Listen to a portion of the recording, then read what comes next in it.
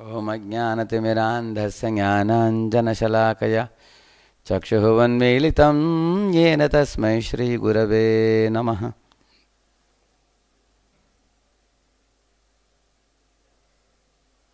Today we will discuss on the topic, true yogi is one who can control senses according to his plans.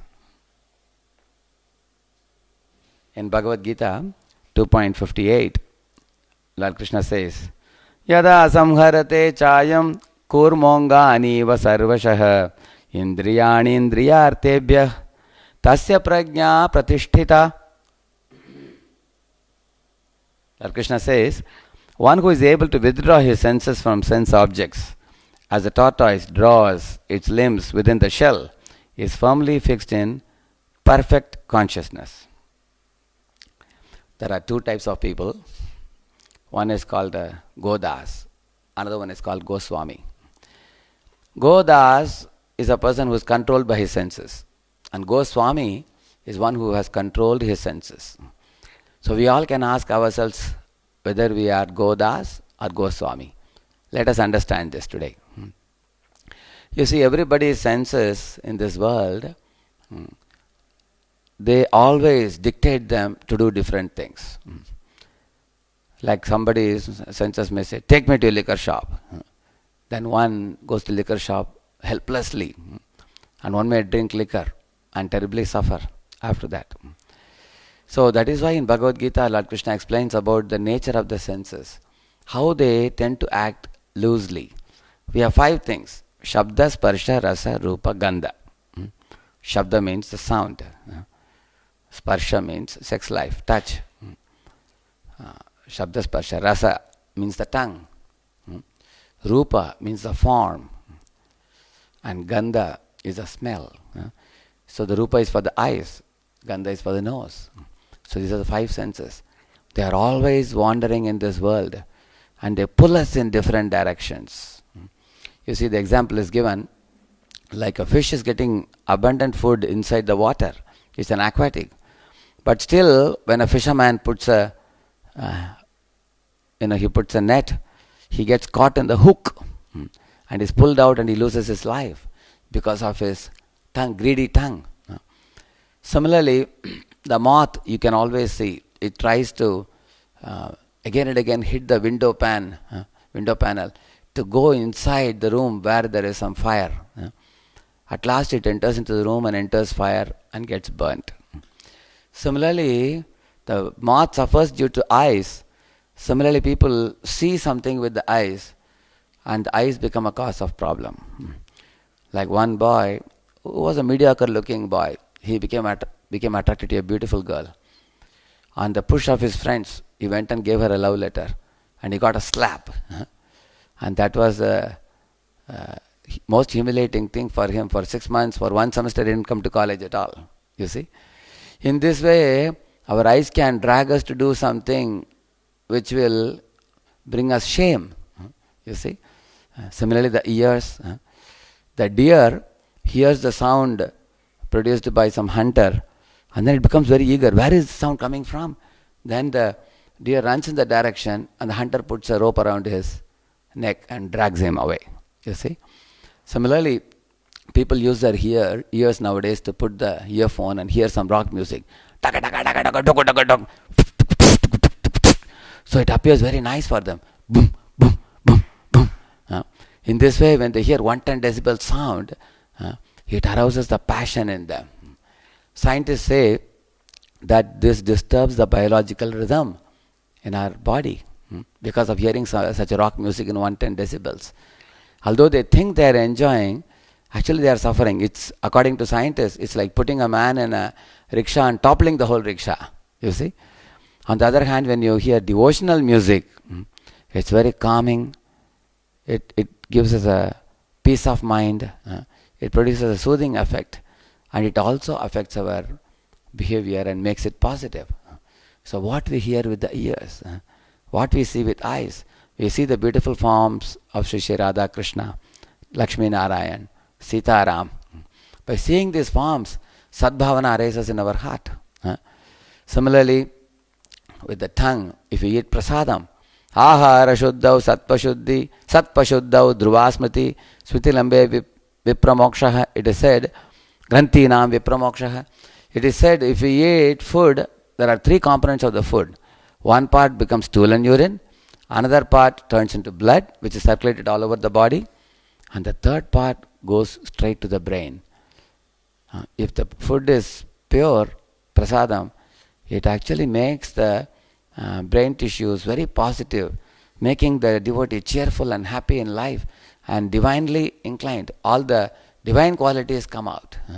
But if the food that one eats is meat or liquor, smoking, such kind of intake is done, then it also affects the consciousness. People eat in hotels where the food is cooked for business purpose, exploitative purpose. So they get exploitative consciousness by eating that. So in this way, what we eat, what we see, what we hear, what we smell, what we touch, these are very important. So in this verse, Krishna says, one should be like a tortoise, he says.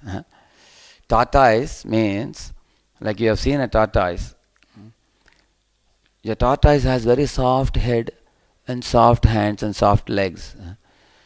When he is moving, sometimes the enemy may come, enemy animal may come and attack him. So the tortoise immediately withdraws its limbs inside, hands, legs, everything inside, and shows the shell behind, which is very hard.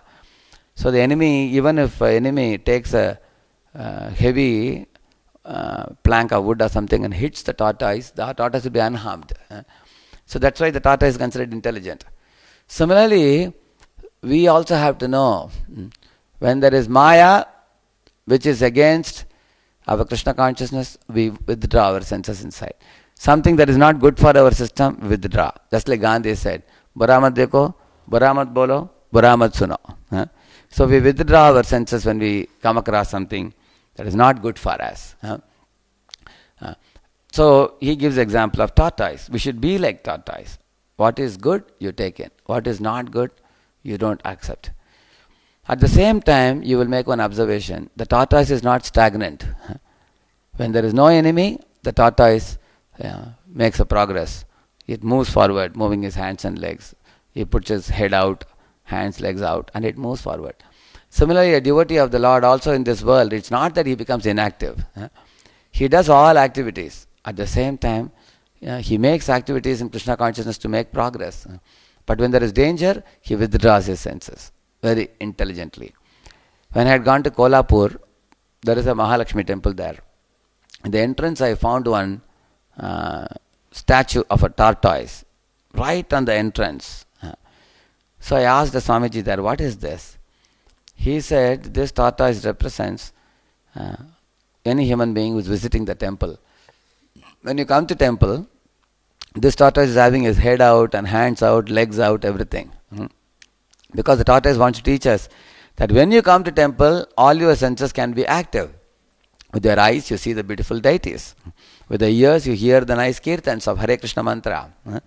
With the mouth, you eat the prasadam and you speak about the Lord. And with the nose, you smell the incense that is offered to Lord and then given to you. You can smell it.